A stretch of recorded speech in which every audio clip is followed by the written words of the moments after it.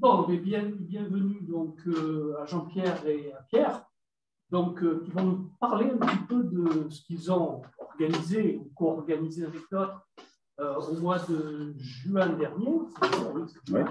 Juin dernier, et qui a permis, l'11 et le 12. C'est ça, et qui a permis ensuite, vous avez développé, d'atterrir justement sur une publication qui va très bientôt être à notre disposition des actes de ce colloque.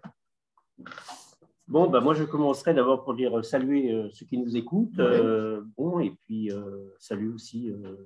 Bonjour à Céline c'est ce qu'on a, et à Christine qui ont participé bonjour à tous. aux travaux. Hein. Alors bon, c'est l'heure de l'apéro, donc ça va être un peu plus calme, dans le sens moins profond et brassant moins de concepts passionnants, mais voilà, un petit peu, je vais dire presque compliqués, on va dire, et tout ça en bonne amitié. Alors on parle d'amitié, et donc on est tous les deux présents plus ou moins dans une petite organisation qui s'appelle Espace Marx et qui fait dans le cinéma. Il y a Vincent qui est dans la salle et qui participe aussi, Vincent Taconnet.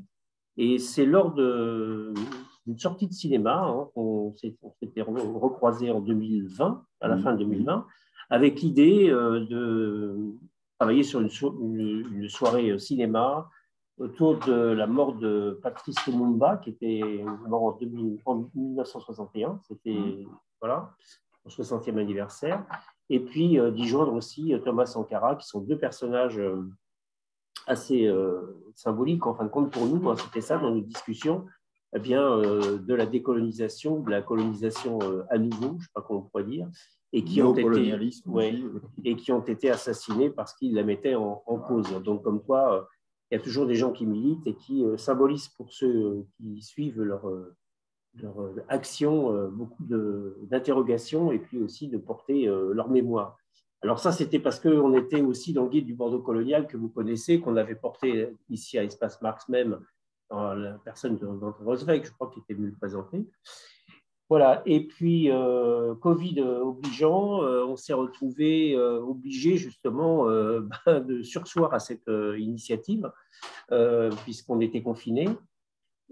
Parallèlement à ça, mon association, dans laquelle je suis le modeste président, fait des déambulations dans les rues de Bordeaux, parce qu'on essaie d'intéresser, on est assez influencé par un monsieur qui s'appelle Gérard Noiriel, qui est un historien que vous connaissez, et qui a ressorti l'histoire du clou de chocolat pour parler du racisme, du commerce triangulaire, mais en fin de compte en racontant une histoire.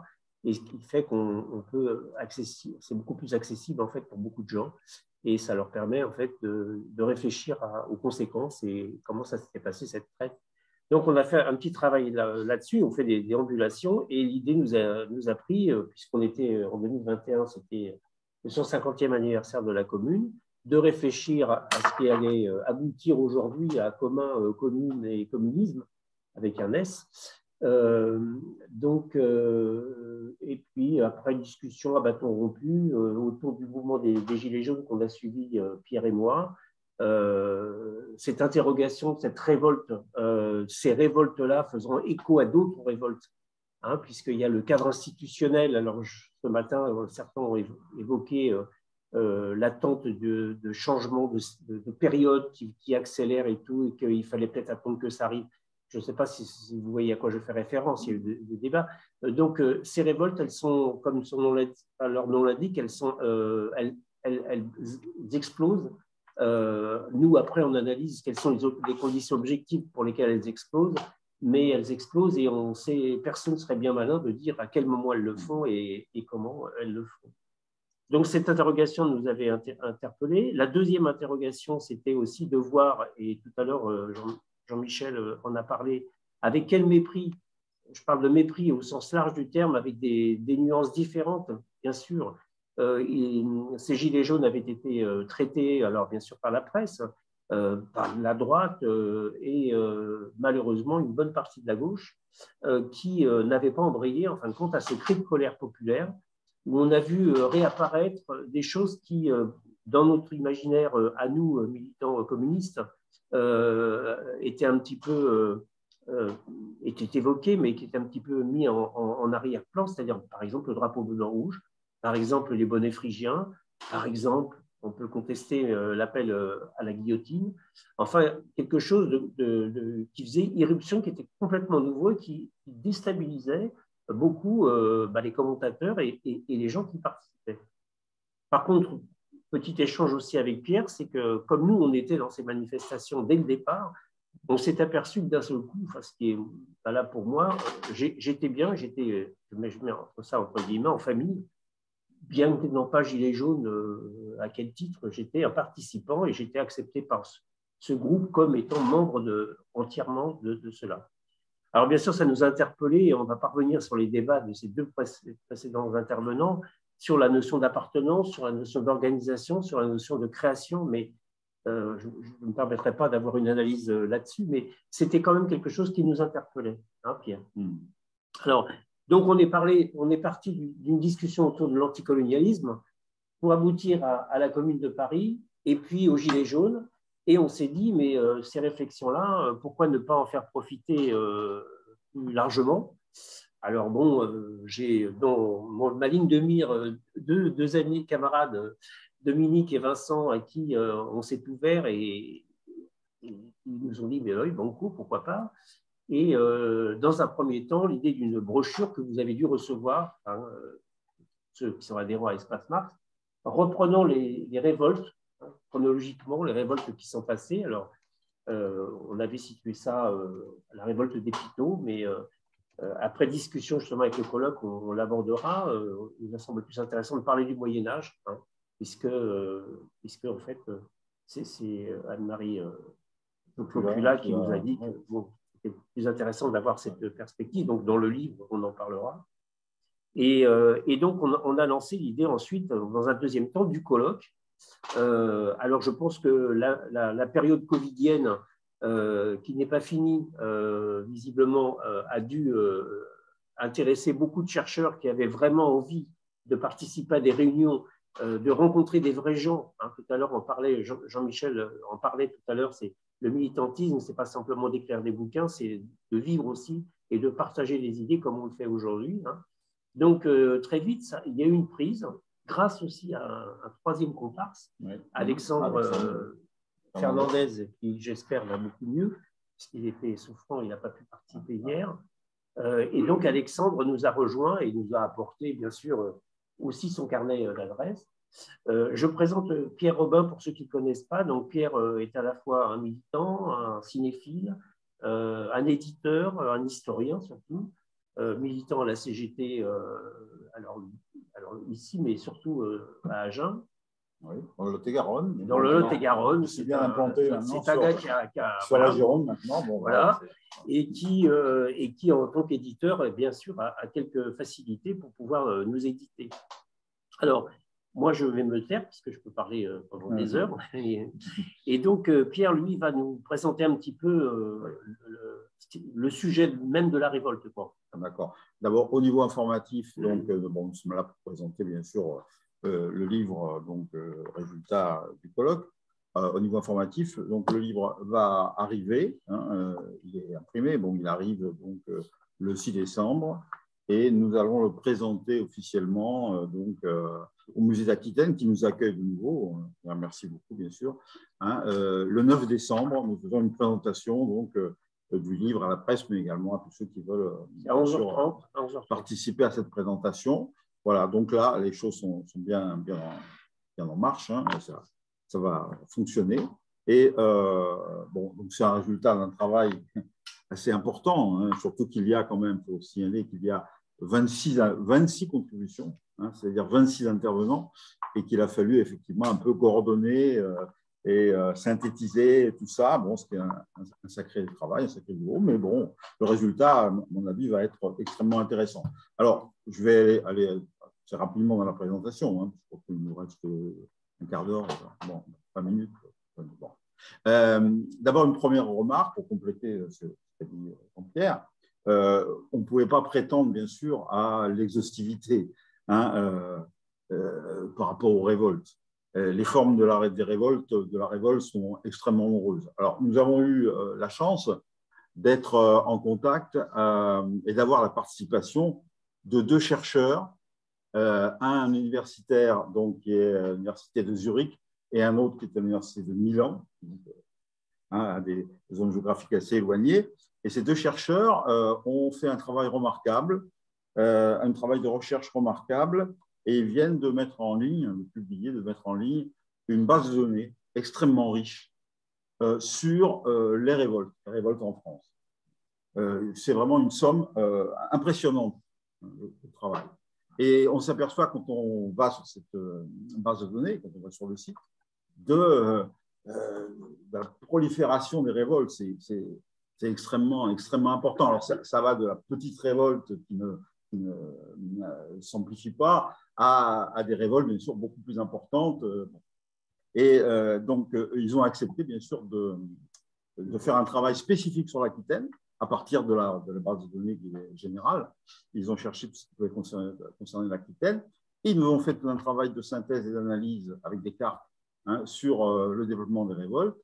Et ils nous ont en même temps fait un article qui va apparaître dans le livre.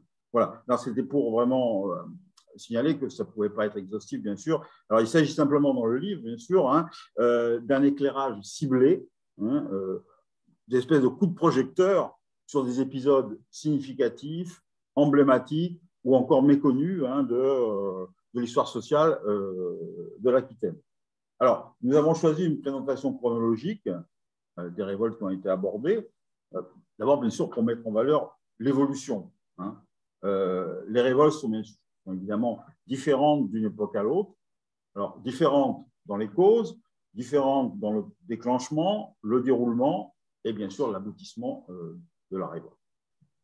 Les premières révoltes étudiées ont essentiellement pour cause, les plus anciennes, donc pour cause l'opposition à une fiscalité jugée écrasante. Alors, c'est bien sûr le cas de la grande révolte des croquants du XVIe, XVIIe siècle, qui a été donc étudié dans les articles du livre. Les luttes des gémeurs, par exemple, du XXe siècle, ont pour cause, eux, le partage des revenus entre les producteurs, les gémeurs, les résiniers, et les propriétaires des forêts, bien entendu. Ensuite, bien sûr, on passe aux grèves ouvrières. Là, les causes, les revendications, les motivations sont également différentes. C'est pour l'augmentation des salaires, c'est pour, bien sûr, la diminution du temps de travail, la lutte contre la dureté de l'exploitation, etc. Les formes d'action, c'est pareil, sont extrêmement variées et différentes. On passe des combats quasi militaires de la révolte des croquants à la grève, aux grèves de la fin du 19e et du début du 20e, et aux violences ensuite de rue de mai 68, ou plus récentes des Gilets jaunes. Les formes de la résolution des conflits sont également variées. Alors, on passe également là de la terrible répression dont sont victimes les révoltés de la révolte des croquants, au moment de la révolte des révoltes paysannes. Un seul exemple montrait quand même la brutalité, même l'atrocité de cette répression. Un exemple parmi d'autres. On prend l'exemple de Buffaro. Buffaro, c'était un dirigeant des croquants. Buffaro a été donc arrêté, bien sûr. Il a subi le supplice de la roue. Le corps a été démembré et les morceaux de son corps ont été pendus aux 4 coins d'une ville, la ville de Montpellier. Bon, voilà, une brutalité féroce dans la répression. Au début du XXe siècle, c'est l'utilisation systématique de l'armée dans les grèves ouvrières. Dans le cas dans les articles qui figurent dans le livre, il y a l'exemple de la grève de Bayonne, les grèves des dockers de Bayonne, où l'armée intervient. Les gémeurs des Landes également se retrouvent en 1906 et au début du XXe siècle en but à l'intervention militaire, à l'intervention de l'armée.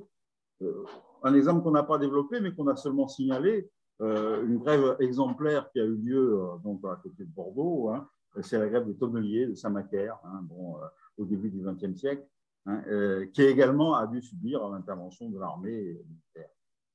Et cette violence, donc, dans la répression, peut également se manifester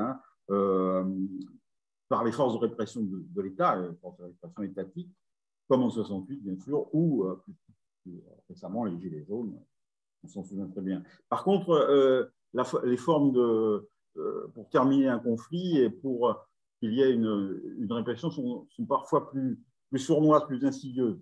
Je prends l'exemple de 1936. Alors, 1936, on ne l'a pas abordé, on n'a pas eu de contribution qui permette de l'aborder, mais bon, ça fait partie, bien sûr, de ce grand ensemble de lutte exemplaire.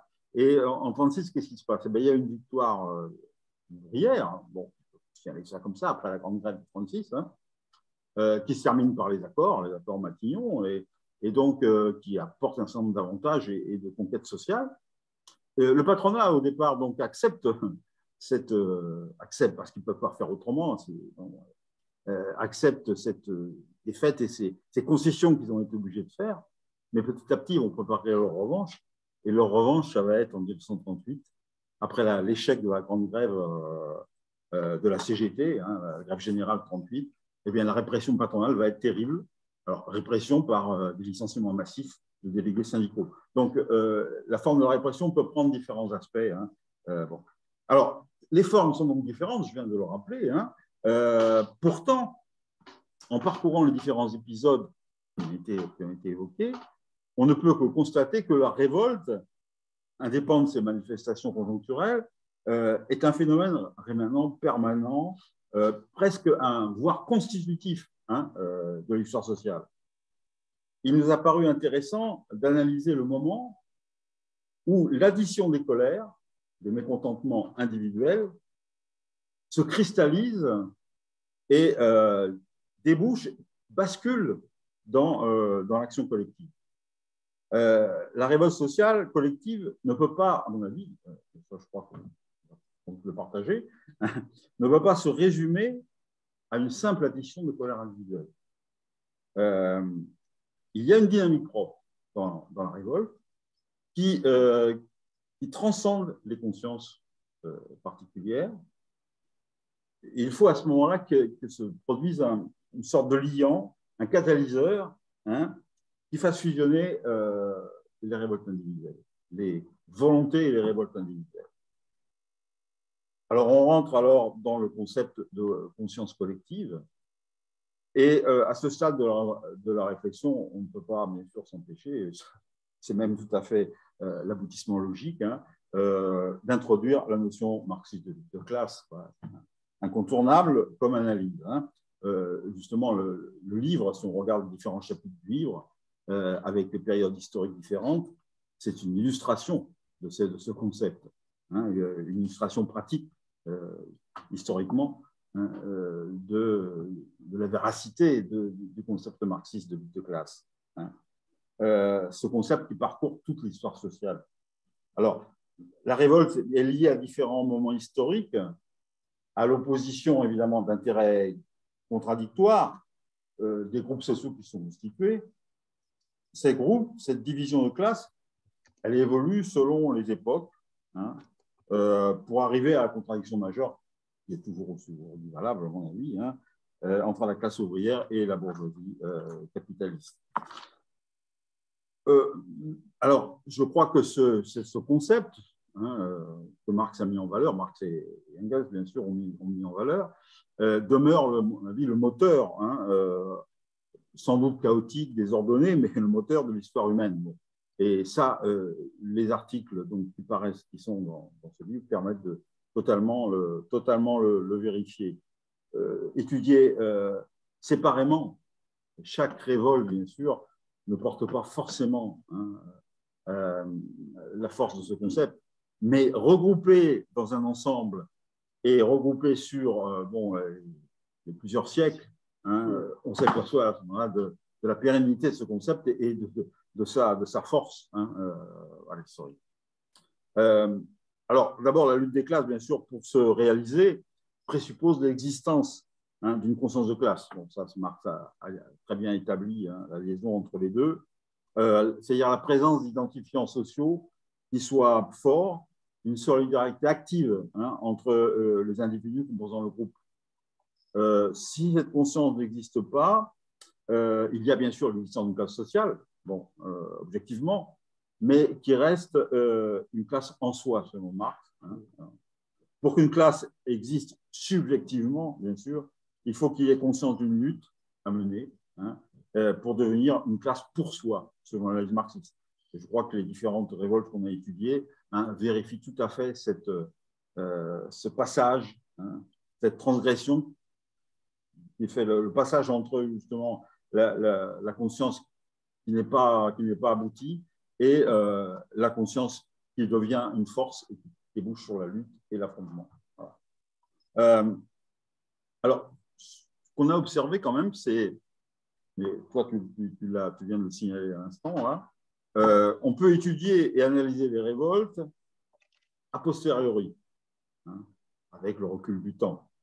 Bon, les historiens, les sociologues, les chercheurs, effectivement, essayent d'analyser, quand ça appartient au passé, essayent d'analyser, de découvrir les causes, le déroulement, les conséquences. Bon, ça, aujourd'hui, c'est un acquis de la recherche historique. Mais c'est une autre affaire, évidemment, de les prévoir, de les anticiper, et de dire le mécontentement social va déboucher sur un affrontement, un affrontement sous forme de révolte. Bon. Et là, on peut revenir sur des exemples fameux, quoi, en fait. Parmi les différents mouvements, quels observateurs ont pu analyser et dire en 68 qu'il va y avoir effectivement un développement de lutte. La France s'ennuie. La France s'ennuie. Personne, pratiquement à l'époque, personne, à part peut-être quelques intellectuels qui avaient senti les frémissements, mais personne ne pouvait prévoir ce qui allait se passer en 68. Et la même chose s'est reproduite il y a quelques mois avec les Gilets jaunes. Qui pouvait prévoir qu'un mouvement comme ça allait démarrer et prendre une telle ampleur quelques semaines avant qu'il n'éclate. C'était quasiment impossible. Pourquoi est-ce que ce phénomène existe? Parce qu'il est difficile de saisir, justement, c'est ça qui nous intéresse dans le travail qu'on a fait, il est difficile de saisir le moment crucial où les colères et les mécontentements qui s'accumulent, les colères vont fusionner et se cristalliser en révolte générale. C'est ça qui est très, très difficile. Et c'est ça qu'aujourd'hui, au niveau de la recherche, il faudrait essayer d'approfondir. Qu'est-ce qui fait que, par quelle alchimie, par quel mécanisme, on passe de la révolte, d'abord de l'état de soumission, ensuite au fait que la croissance finit par croître l'envie d'en changer, et ensuite que ça se cristallise en révolte ouverte.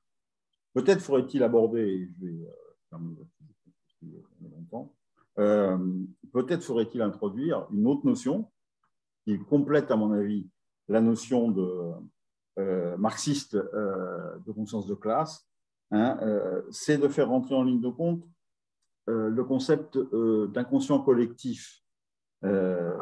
Alors, peut-être que la synthèse n'a pas été faite entre l'élaboration par Marx et Engels de cette notion de conscience de classe et les travaux de Carl Gustav Jung sur l'inconscient collectif. Mais je crois qu'au niveau de la recherche philosophique,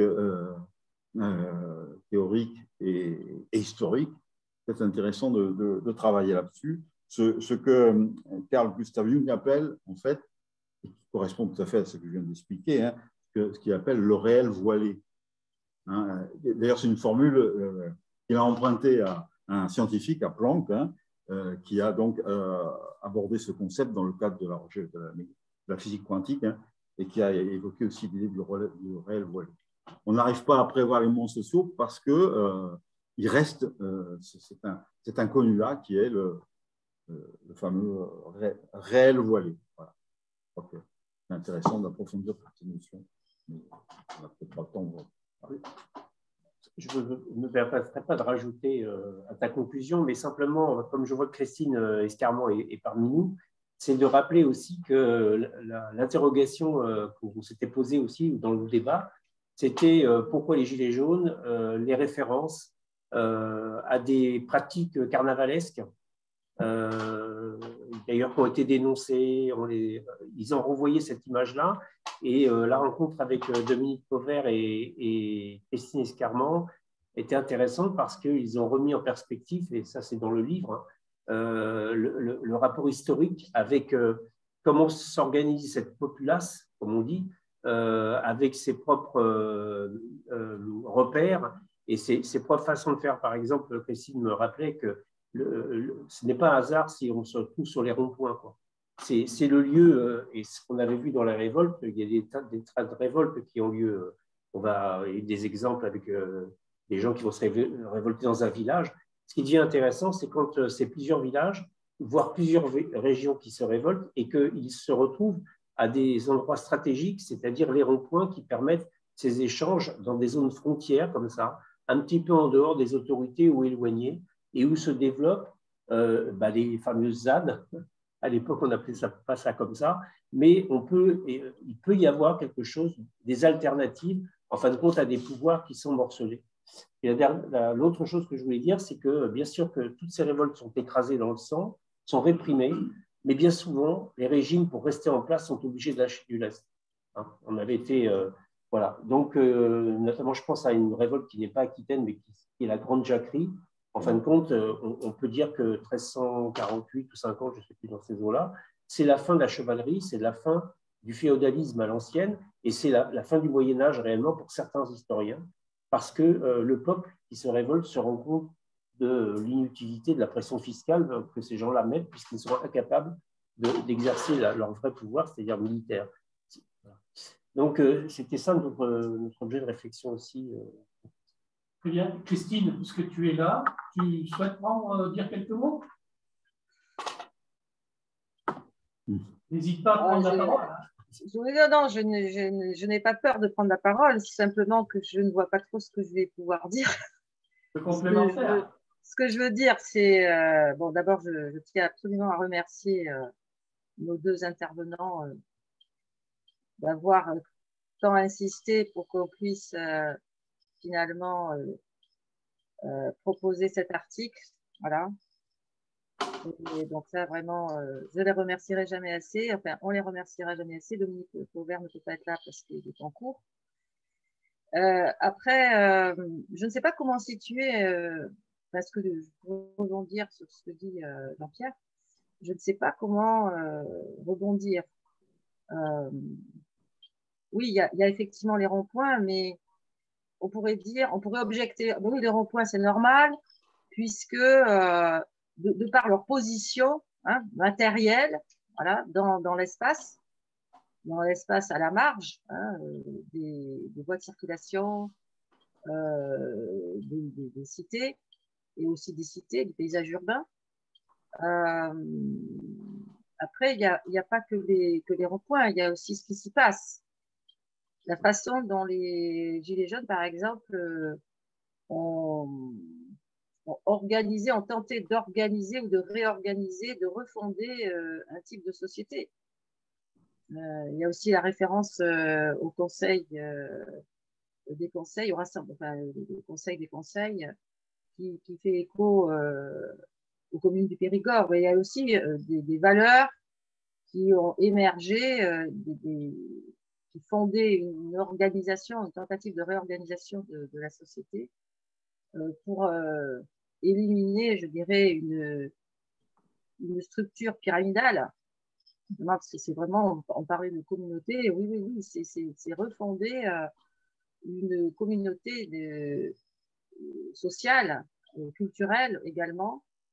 Et ça renvoyait bien entendu aussi au type de communauté utopique qui se crée en temps de carnaval. Voilà, enfin, le lien, c'est ça, c'est qu'est-ce qui structurait les révoltes des croquants, mais aussi le monde des croquants. C'est très important parce que la révolte des croquants, elle est compréhensible par l'observation et l'analyse de leur monde à eux. Et c'est très proche de traditions carnavalesques, parce que c'est le monde des croquants, hein, voilà, c'est le monde des croquants, les traditions carnavalesques, qui vivaient vraiment dans ce monde-là.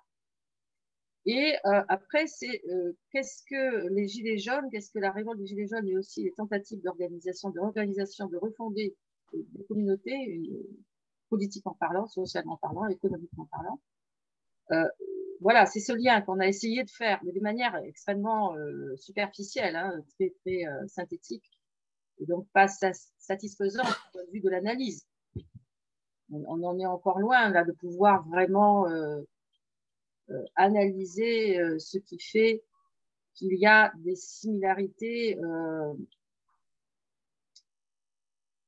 qui sortent, qui émergent. Vous voyez ce que je veux dire?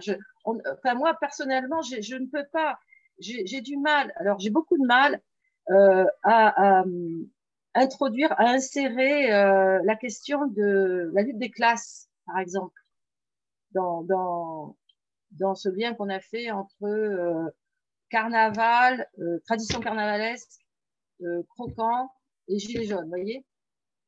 Ça m'est pour l'instant tout à fait impossible de savoir si ça rentre dans dire les analyses, les théories des classes, ou bien est-ce que c'est différent? En quoi c'est différent? En quoi c'est ressemblant? Enfin, en quoi, vous voyez, c'est-à-dire je ne peux pas mettre de mots. J'ai beaucoup de difficultés.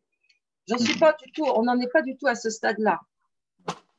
C'est un débat, de toute façon, c'est une discussion, il faut avoir. Enfin, oui. Et c'est intéressant parce que quand j'ai parlé au colloque, il y a quelqu'un qui a levé la main, qui a posé une question. Alors, donc, vous voulez dire par là qu'il n'y a plus de lutte des classes, il n'y a pas de lutte des classes dans ce que vous décrivez. J'ai répondu a priori non, mais il y a quand même une lutte. C'est qu'est-ce qui, parce que moi, ce qui m'intéressait, c'était l'aspect alliance inédite, recomposition d'alliance inédite avec les Gilets jaunes et aussi, bien sûr, en rapport avec le carnaval. Le carnaval, c'est le moment où il y a des alliances qui se font, qui sont d'ordinaire pas du tout opérationnelles, vous voyez. C'est en tant que carnaval qu'il y a des alliances qui se font. Après, il y a aussi la question des carnavals qui ont été interdits en pandémie et qui ont permis quand même quelques-uns de se retrouver malgré tout, mais avec toujours ces alliances inédites, voyez. Et là, je n'ai pas assez d'éléments, je n'ai pas assez de matériaux pour pouvoir porter un regard analytique et critique. Je peux juste rajouter quelque chose. C'est juste pour ajouter quelque chose sur les carnavals, à moi qui veuille aussi intervenir sur ça. Ouais, j'ai été frappé, moi, par une chose, Christine, c'est les images qui viennent de la Guadeloupe aujourd'hui. Quand on met en parallèle le carnaval à la Guadeloupe et qu'on voit les manifestations aujourd'hui à la Guadeloupe, il y a une similitude très, très forte. À la différence près, peut-être qu'avec les Gilets jaunes, c'était une explosion soudaine pour reprendre l'expression que disait Pierre, de classe en soi, mais qui n'a pas pris conscience d'être une classe pour soi. Et c'est un peu ce que je constate. Alors qu'en Guadeloupe, il y a un travail qui est fait par les syndicats en Guadeloupe. On voit qu'il y a une osmose entre cette révolte populaire et les 32 revendications qui sont portées par leurs organisations, malgré la similitude en fait de l'expression carnavalesque classique et l'expression de leur manifestation aujourd'hui sous forme de carnaval. Et je rappellerai quand même une chose, que la solidarité guadeloupéenne a été totale vis-à-vis des Gilets jaunes qui manifestaient, puisque je me souviens avoir vu dans ces carnavals venir manifester avec le gilet jaune dans leur carnaval il y a 2 ans, je crois. Malheureusement, il y a peu d'écho en France. Je ne mets personne en accusation, hein. C'est l'atonie générale aujourd'hui en métropole, enfin dans le contexte métropolitain. de solidarité à l'égard des populations des îles, des territoires d'outre-mer, départements, etc. Bon, c'est tout, hein, c'est ce que je voulais juste rappeler quand même aujourd'hui. En Guadeloupe et en Martinique, le carnaval, c'est la culture. Le monde, l'année se partage en deux. C'est la préparation du carnaval et le carnaval. Oui, ça, c'est très, très fort, évidemment. Ensuite, ils sont soudés quand même beaucoup. Hein. Ils sont soudés, vraiment. Donc, et leur ennemi commun, voilà. Qu'est-ce que c'est en ce moment leur ennemi commun? Leur ennemi commun, c'est le pass sanitaire et l'obligation vaccinale. Voilà, et puis, les conditions, leurs conditions matérielles aussi. Leurs conditions matérielles, c'est évident que c'est sûr, ça rentre en ligne de compte. Ce que je veux dire, c'est que ils s'unissent contre un objectif, voilà, contre un ennemi entre guillemets commun. Vous voyez ce que je veux dire? C'est simpliste, hein, comme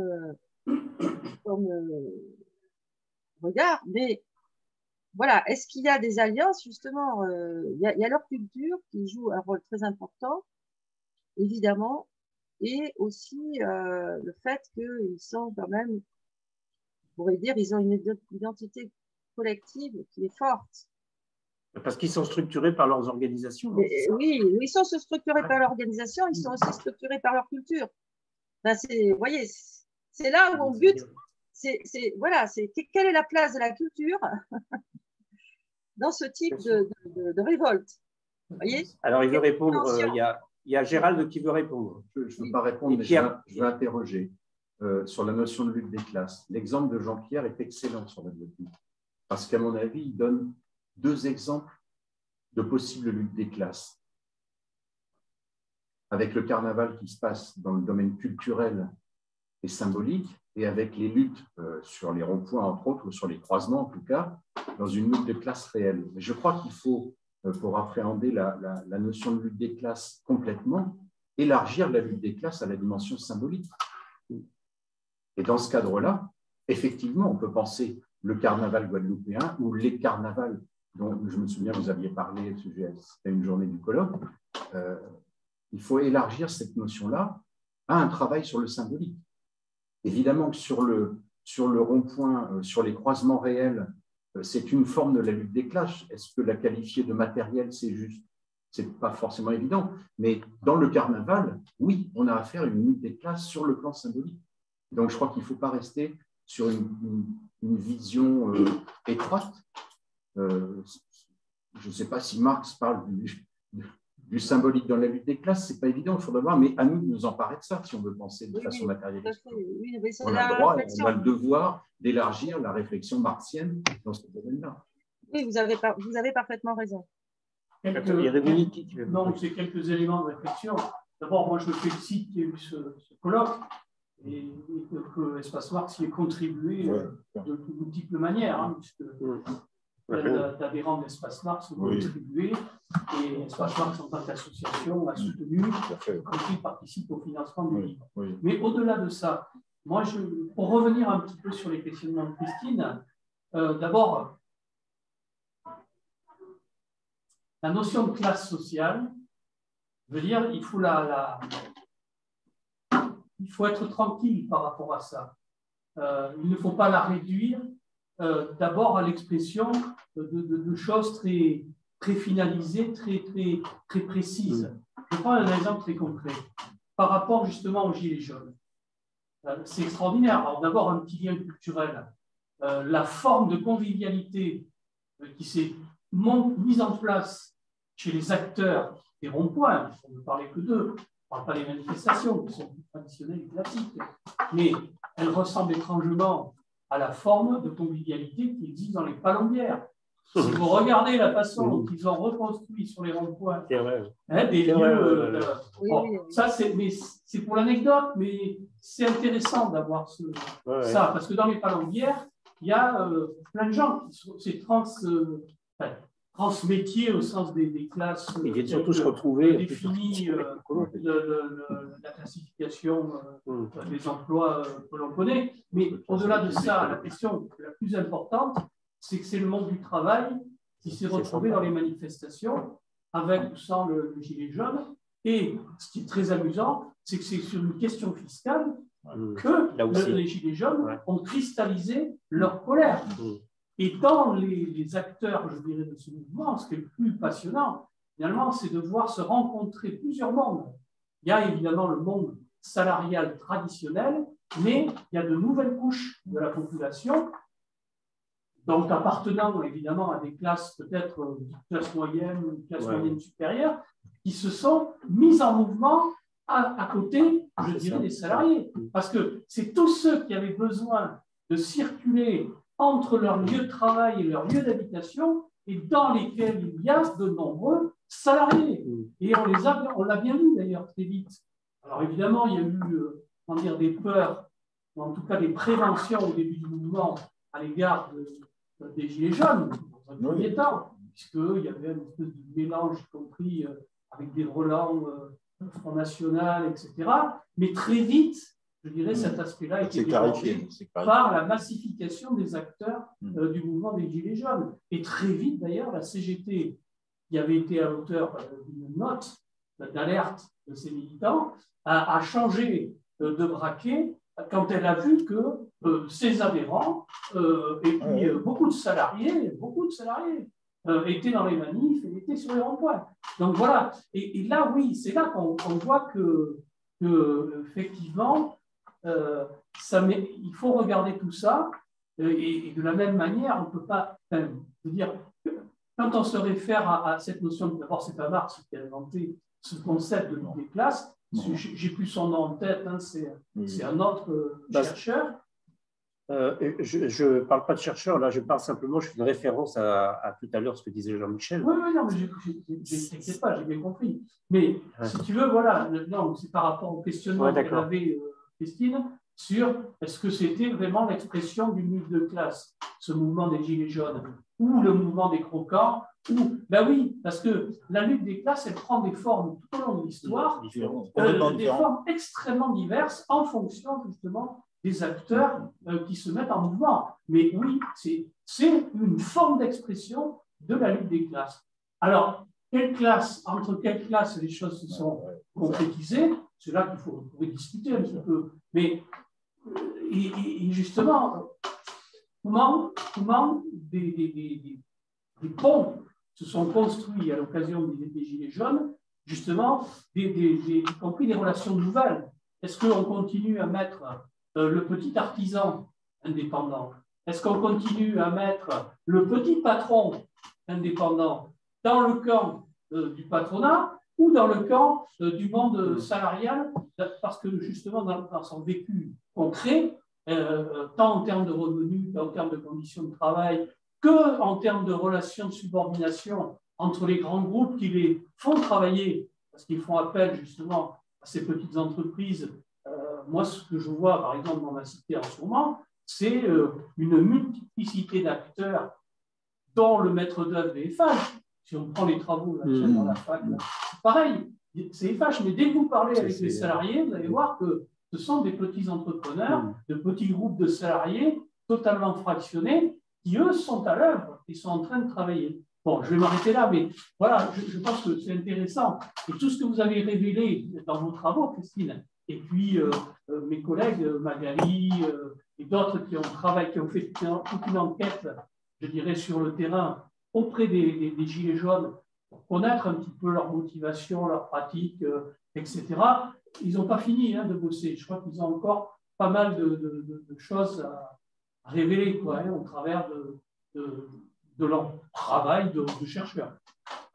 Moi, ce qui m'a intéressé dans l'article de Dominique et de Christine, c'est justement l'introduction du symbolisme, de l'étude symbolique dans l'étude historique. C'est une recherche, un axe de recherche qui est très intéressant et très nouveau, qui ouvre des tas de perspectives. Puisque je crois, d'après ce que vous avez présenté, le mythologue, puisque c'est le terme que vous revendiquez, que le mythologue est au carrefour, en fin de compte, de plusieurs disciplines, que ce soit la psychanalyse, l'histoire, la littérature, vraiment, c'est l'art. Et donc, c'est intéressant comme démarche, mais j'ai trouvé ça très intéressant. Et à mon avis, ce n'est pas du tout contradictoire avec la recherche historique pure, bon, qui là, est illustrée par ce concept de classe, dans le cas qu'on a étudié. Moi, pour aller, juste un petit mot, c'est pour aller dans la conclusion que disait tout à l'heure Pierre. Il parlait d'inconscient collectif. Et justement, bon, c'est peut-être un peu rapide ce que je dis. Tu as parlé même de réel voilé. Réel voilé, c'est l'expression de Et Jung. bon, je ne veux pas faire d'analogie avec nos masques aujourd'hui qu'on nous met sur la bouche pour. Bon, ce ne serait pas du tout le débat dans lequel je veux aller, mais cet inconscient collectif, il se manifeste quand même. Alors, je ne reviens pas sur la définition de classe, hein, mais inconsciemment, en fin de compte, il est constitutif de la classe, de la construction de l'idée même de classe, quoi. Et donc, il ne faut pas mettre non plus de côté tout ce que nous disions les uns les autres, à savoir les échanges. Tu parlais de palombière, effectivement, j'ai eu l'occasion en randonnée de rencontrer des gens dans une palombière. Il y a un accueil fraternel. Je crois que les mecs, ils viennent là juste pour l'entretenir, même pas trop tirés, ils ne sont pas trop… Mais il y a ce côté, famille, que je disais tout à l'heure, quelque chose de très important et qui renvoie à ce que disait aussi Jean-Michel, au besoin de se retrouver, comme ça, hein, en vrai, quoi. Hein. Donc, voilà. Bon, alors, on va peut-être arriver au bout. D'abord, on voudrait vous remercier à Espace Marx, même si on fait partie de la maison, on va dire, de nous accueillir, de nous avoir soutenus comme vous avez soutenu, et puis tous les contributeurs d'Espace Marx, adhérents qui ont participé. On s'excuse auprès de ceux qui n'ont pas encore participé parce que soit on ne savait pas la connaissance de leurs travaux, mais on imagine qu'il y en a certains qui auraient pu avoir leur place ici. Il y en a certains qui n'ont pas pu venir. J'en ai noté deux pour des raisons au dernier moment, des raisons familiales. Hein. Oui, Barbara, je ne me rappelle jamais de son nom de famille, Sigler, oui, c'est ça, et puis son compagnon. Donc, mais la tenue générale du colloque était très intéressante. Alors, si vous êtes intéressés, on se retrouve jeudi. Le 9 décembre. Et le livre sera là. Oui, il arrive le 6. C'est une très jolie couverture. Je vous la montre pour ceux qui sont là. C'est une très jolie couverture avec un beau dessin d'un ami et camarade aussi, Henri Plandé, et qui a participé aux Arbres citoyens. Enfin, je me fais penser Gérard.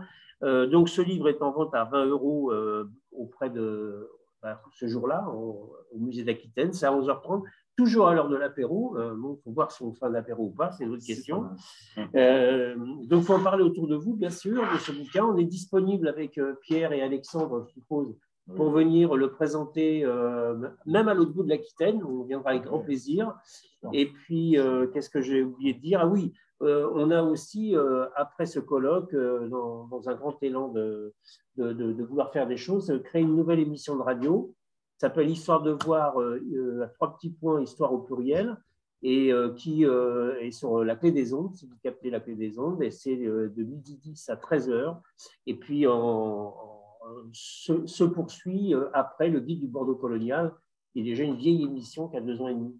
Donc voilà, donc, ce colloque, pour l'instant, on va le digérer un peu, on va voir avec le livre, mais c'est sûr qu'il en amène d'autres. Hein. Il y en avait eu, les derniers, c'était il y a une dizaine d'années. Donc, il était peut-être intéressant de refaire une actualisation. Merci encore. Merci. Dernière chose, juste une chose, c'est que c'est pour un copain. Le 8 au 11, il y a La main tendue. C'est une pièce de théâtre qui parle d'Antoine Boudinet, qui a été élu, qui a perdu sa main le 8 décembre. Donc, c'est pour ça, il y a 3 ans exactement. Et donc, cette pièce est liée au Pont Tournant à 20h30, le 8 et jusqu'au 11, le samedi 11. Et je serai présent pour présenter le livre le 8 et le 11. Très bien. C'est une très bonne nouvelle, puisqu'on avait organisé avec la Ligue de l'enseignement une soirée débat, justement. Voilà. Donc, c'est ouvert. Avec Florent et tout ça. C'est très bien. Et ce qu'a oublié de vous dire, mais ça c'est pour la plaisanterie, Gérald, c'est que finalement, ce sont les arbres de la place Gambetta qui servent justement comme pâte à papier pour l'édition du livre. Ceci étant, je vous souhaite un bon appétit.